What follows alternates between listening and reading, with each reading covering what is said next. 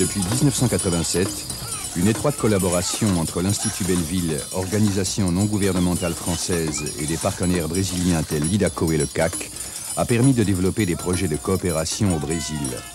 La réforme agraire, commencée avec le retour de la démocratie, semble être au point mort.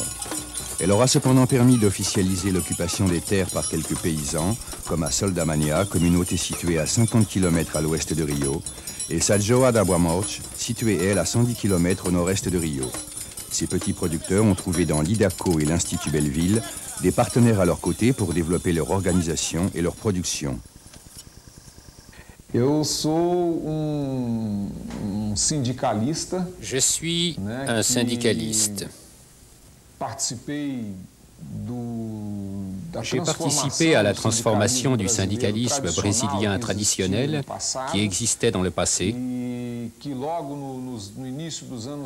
Au début des années 80, au cours de tentatives de création d'une centrale syndicale qui était interdite sous le régime militaire, nous avons eu, et j'ai eu personnellement, des contacts avec des camarades français qui venaient de participer à ce processus dans un sens de solidarité et de coopération. Et c'est à partir de ces contacts du début des années 80 que j'ai pu, en tant que syndicaliste, me rapprocher des camarades syndicalistes français et, à partir de là, réaliser avec eux une série de travaux, aussi bien dans le domaine du syndicalisme urbain, par exemple, quand nous avons fait des séminaires sur l'automatisation, que sur la question rurale, car je suis ingénieur agronome et j'ai suivi une formation en rapport avec le problème de la campagne. Agostinho, peux-tu nous parler des projets de coopération entre l'IDACO et l'Institut Belleville?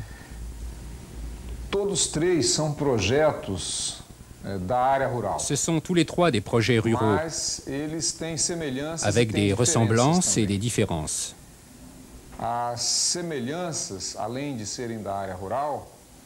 Les ressemblances, au-delà d'être en milieu rural, tiennent au fait qu'il s'agit de communautés de petits producteurs avec très peu d'assistance, exclus du processus économique brésilien, qui doivent lutter avec leurs propres forces, qui ne reçoivent aucun appui officiel. Ce sont des caractéristiques qui unissent ces populations. Ce sont des populations exclues au quotidien du processus économique de notre pays.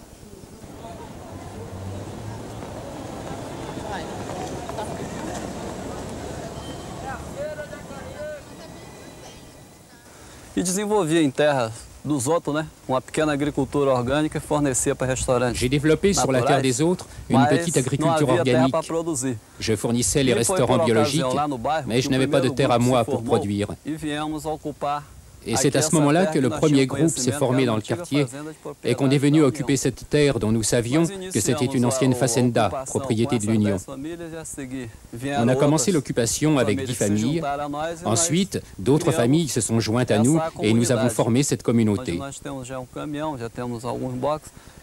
Aujourd'hui, nous avons déjà un camion, quelques box. Nous sommes partis pour un système coopératif à travers lequel nous espérons faire un travail en commun. Parce que pour chacun pris individuellement, même pour le plus productif, le marché est très étroit. Ce marché est vicié. Il est dans les mains des grands intermédiaires et ne donne pas un revenu suffisant aux petits producteurs. Il profite plus aux grands producteurs. Le petit producteur doit chercher des alternatives. Et nous pensons que c'est à travers le mouvement associatif que nous allons réussir à forcer ces blocages, à améliorer nos conditions de vie grâce à notre propre travail et aux produits de la terre.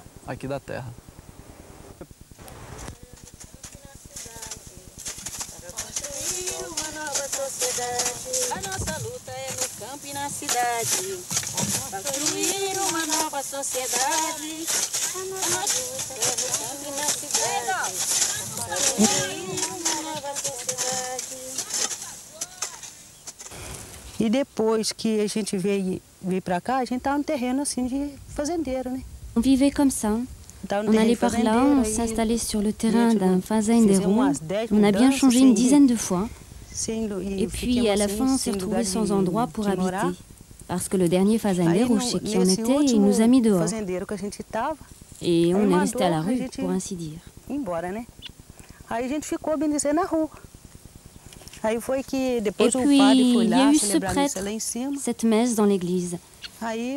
J'ai entendu parler qu'il y allait y avoir une fête, ici, dans le Moutiron.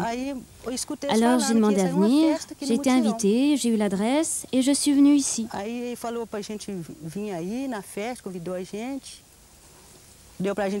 C'est comme ça que j'ai commencé, avec cette fête si belle. Et j'avais une appréhension. Tout s'est bien passé. Et je me suis sentie bien mieux. Parce que jusque-là, on était à la rue sans savoir où aller.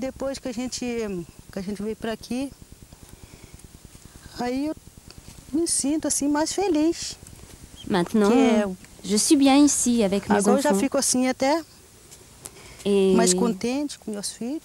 j'aime bien le Moutiron.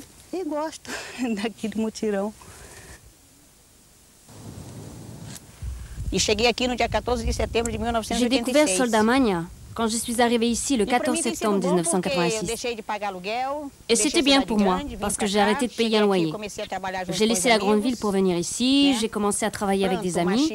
On a planté du maxique, du gombo, du manioc, du gilo.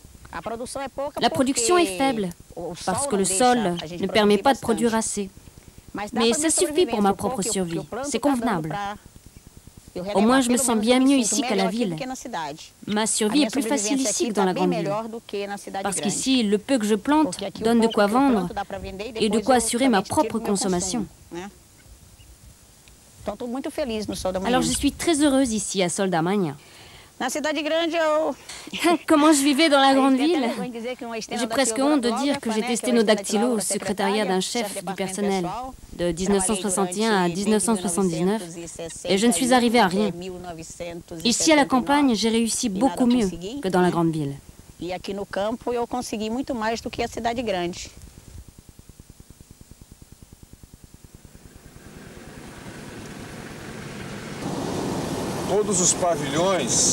Ces pavillons sont bâtis à hauteur de camions, comme c'est normal. Mais par exemple, pour le pavillon 30, qui est l'unique expérience de pavillon pour des associations de petits producteurs, c'est un pavillon qui a été construit de plein pied par souci d'économie. Ele já foi pavilhão que foi construído ao resto do chão para ficar mais barato. E com isso já podemos notar o tipo de diferença de tratamento. Cette situation permet de noter la différence de traitement que le gouvernement fait entre les grands commerçants, les grossistes et les petits producteurs et petits commerçants.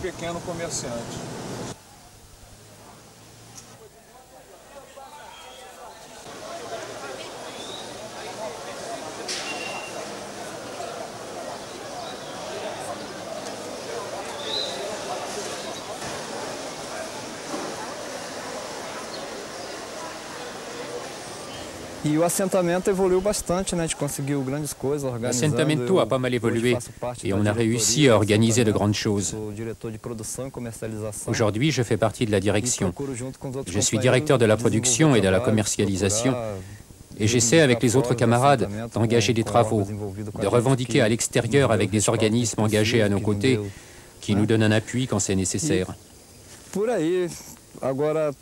Parce qu'il y a encore beaucoup de choses à faire en plus de ce qui a déjà été fait, comme la reforestation. C'est surtout pour essayer de recréer l'environnement qui existait avant, parce que notre assentamento est né d'une question écologique. On a occupé ces terrains pour arrêter les gens qui extrayaient le sable dans la zone et qui étaient en train de détruire tous les sols. Alors nous avons pensé qu'il était intéressant pour l'environnement qu'on réserve une aire pour replanter ces arbres. La forêt atlantique a aujourd'hui disparu dans la région.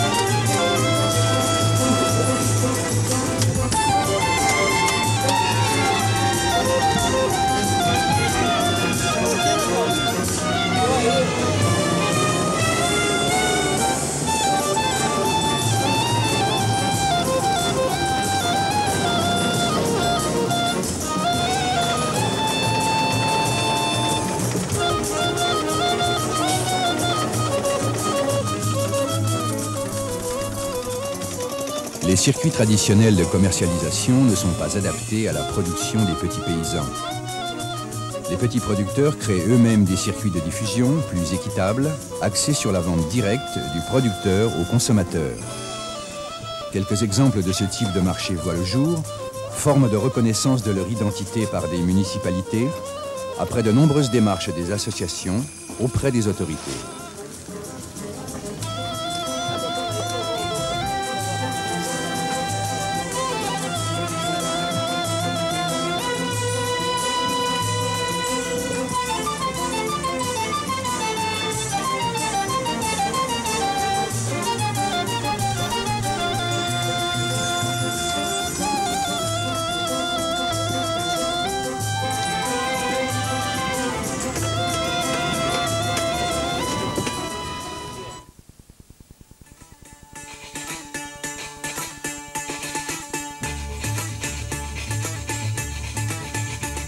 Parallèlement à la recherche de financement et au développement du partenariat, l'Institut Belleville organise depuis 1987 des chantiers de jeunes au Brésil.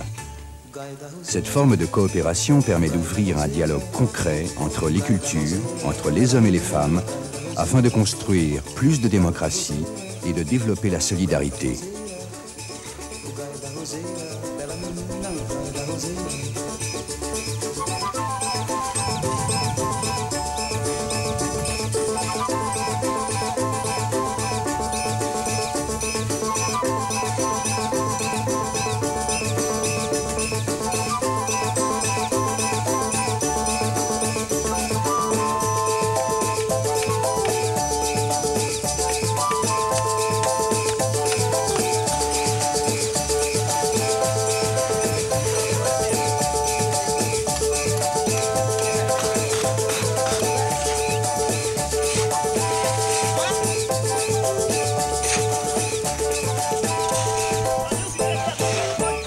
Gai da roseira, bela menina, gai da roseira, o gai da roseira, o gai da roseira, o gai da roseira, bela menina, o gai da roseira.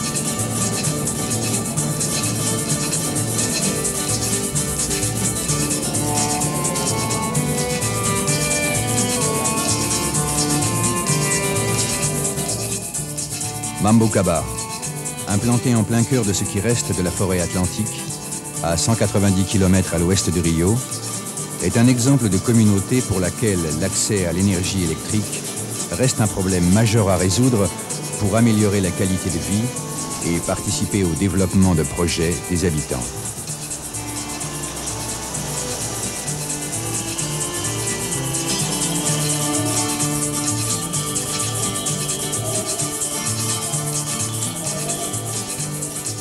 A situação da escola está pouco debilitada, né, pela falta La situation de l'école est un peu difficile avec ce manque d'eau que nous avons en ce moment et le manque de lumière.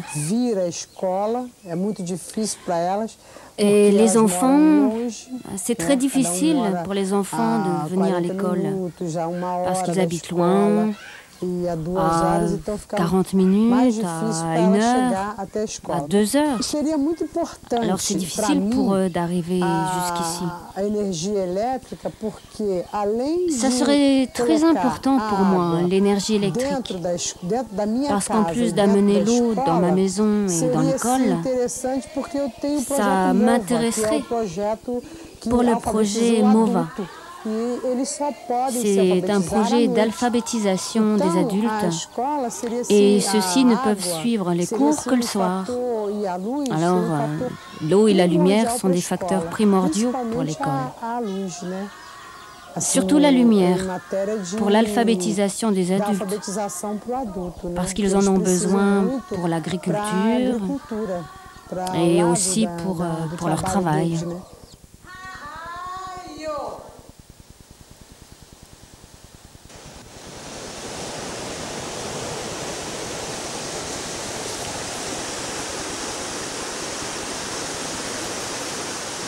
Je suis déjà venu ici l'année dernière avec Bernard, qui est un ingénieur travaillant à l'EDF. Les Brésiliens nous ont guidés à travers la forêt. Nous avons remonté environ 5 ou 6 cours d'eau. Ici, le débit est satisfaisant, la hauteur est bonne. C'est donc le lieu qui a été choisi pour l'implantation de la microcentrale.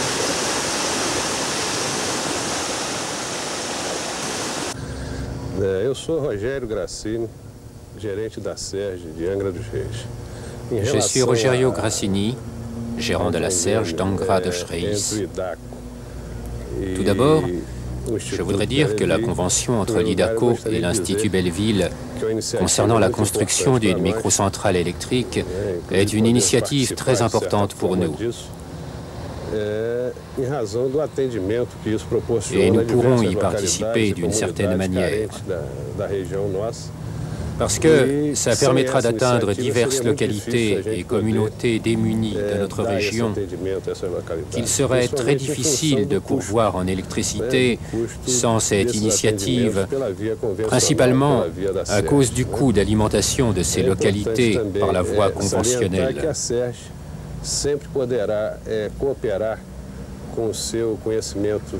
Il est important de souligner que la Serge pourra toujours apporter ses compétences techniques, son expérience dans le secteur et faire ce qui est nécessaire pour que ces projets se réalisent. Nous serons toujours disposés à accompagner, aider, superviser, si c'est nécessaire, tous ces travaux.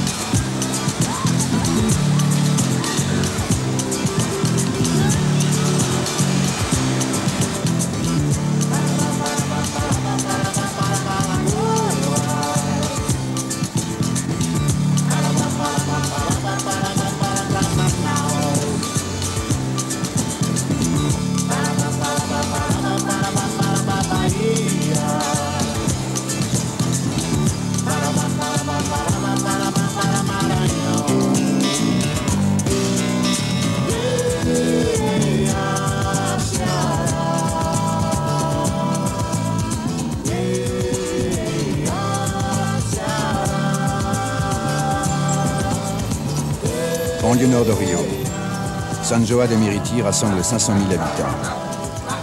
Depuis 1985, un groupe d'habitants du quartier de Coya da Rocha, constitué en centre d'action communautaire, participe à la recherche et au développement de services collectifs.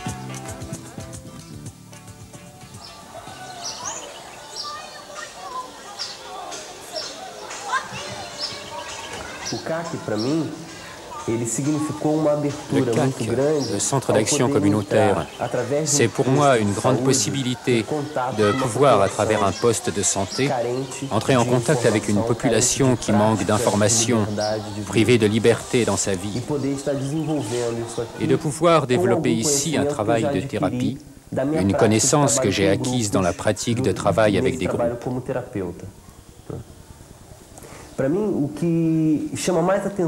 Pour ce qui est de la santé dans le cadre d'une proposition autogestionnaire, j'attire surtout l'attention sur le dépassement de la division entre l'être individuel et l'être social. Pour moi, aujourd'hui, il est fondamental que les gens comprennent que la santé d'un individu est intimement liée à la relation qu'il parvient à établir avec le milieu dans lequel il vit. Les médecins s'occupent mal des gens. On arrive pour la consultation, ils écrivent et c'est terminé. Ici, non. Ils écoutent notre problème, on discute avec eux comme s'ils étaient des amis. Pas comme avec un médecin, mais vraiment, comme avec des amis. Mais ici, je trouve ça très bien. On ne doit pas fermer ce poste. On doit faire tout ce qu'on peut pour qu'il continue à exister.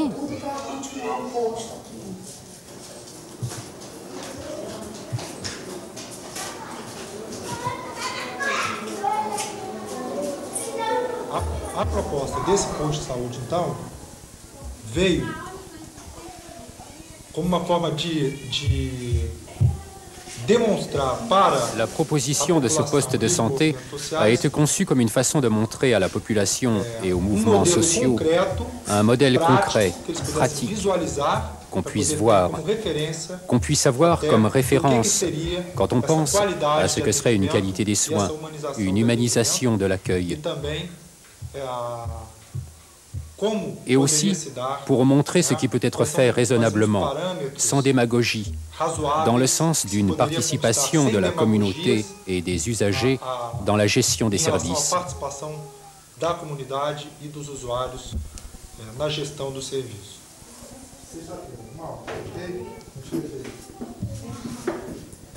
Os moradores vizinhos ao CAC Les voisins du CAC ont apporté une contribution très significative, que ce soit lors des chantiers de 1987 et 1989, ou pour assurer en permanence le fonctionnement de nos activités, tant dans le domaine de l'éducation, qui contient une nouvelle conception pour l'alphabétisation des enfants, que dans le domaine de la santé, où il y a une façon nouvelle d'aborder la santé, en traitant les personnes comme des êtres humains. C'est une santé de qualité. Nous essayons actuellement d'établir une convention avec le système unique de santé, ce qui est très difficile à cause de la position de l'administration municipale actuelle qui gère le système unique de santé.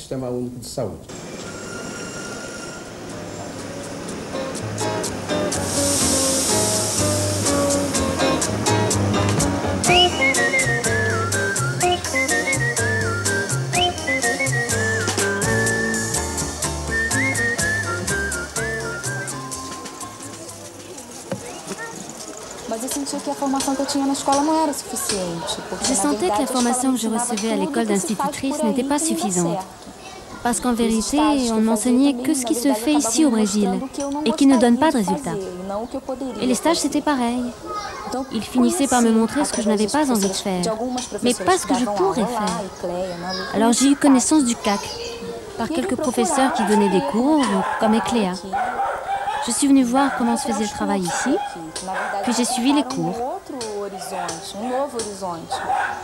En vérité, ils m'ont ouvert un nouvel horizon, une nouvelle perspective de travail, une pédagogie alternative. Pas seulement des paroles, mais une méthode déjà mise en pratique ici, et dont on pouvait voir les résultats avec les enfants.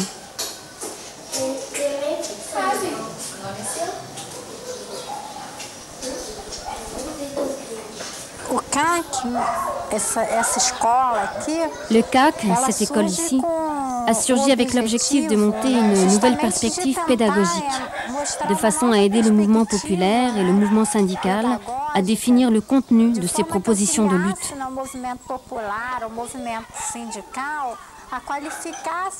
Parce qu'il y avait et qu'il y a encore une certaine faiblesse du mouvement social au Brésil pour sortir du plan revendicatif. Dire qu'on a besoin de plus d'écoles, de plus de professeurs, d'une éducation de qualité, ça on arrive à le faire. Mais pour ce qui est de définir cette éducation, c'est encore fragile. Parfois on peut arriver à obtenir une école et tout le matériel, mais la qualité du travail ne permet pas d'en finir avec l'échec scolaire. Alors le CAC s'est constitué avec cet objectif de développer des expériences pédagogiques concrètes qui aident les mouvements sociaux à définir ce qu'ils entendent par qualité de l'enseignement. Au-delà de la lutte, de la revendication par rapport à l'éducation, il s'agit de dire quel type d'enseignement nous voulons pour ouvrir une nouvelle voie. Et le CAC pense y contribuer en faisant ce travail avec les enfants.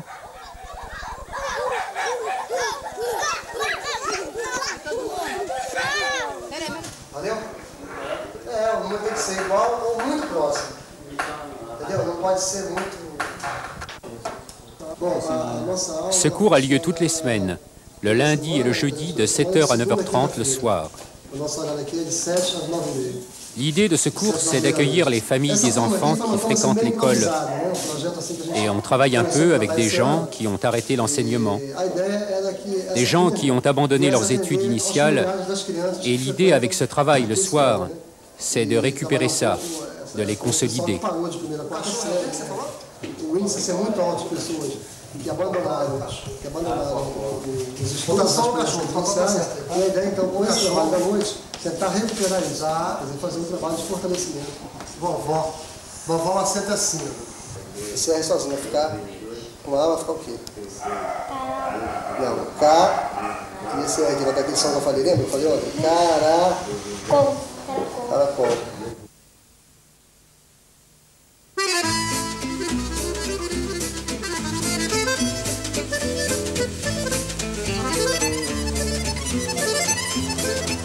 Cette coopération est exemplaire. Profondément enracinée à Rio et dans notre pays, en particulier avec les jeunes syndicalistes de la CFDT, les projets des communautés changent le réel.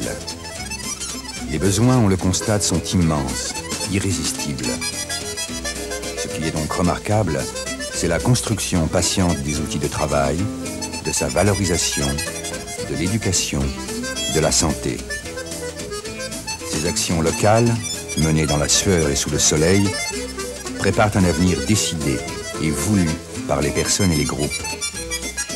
En commun, au coude à coude, Brésiliens et Français, syndicalistes, paysans, agronomes et éducateurs, créent un espace solidaire. Le monde sera ainsi différent.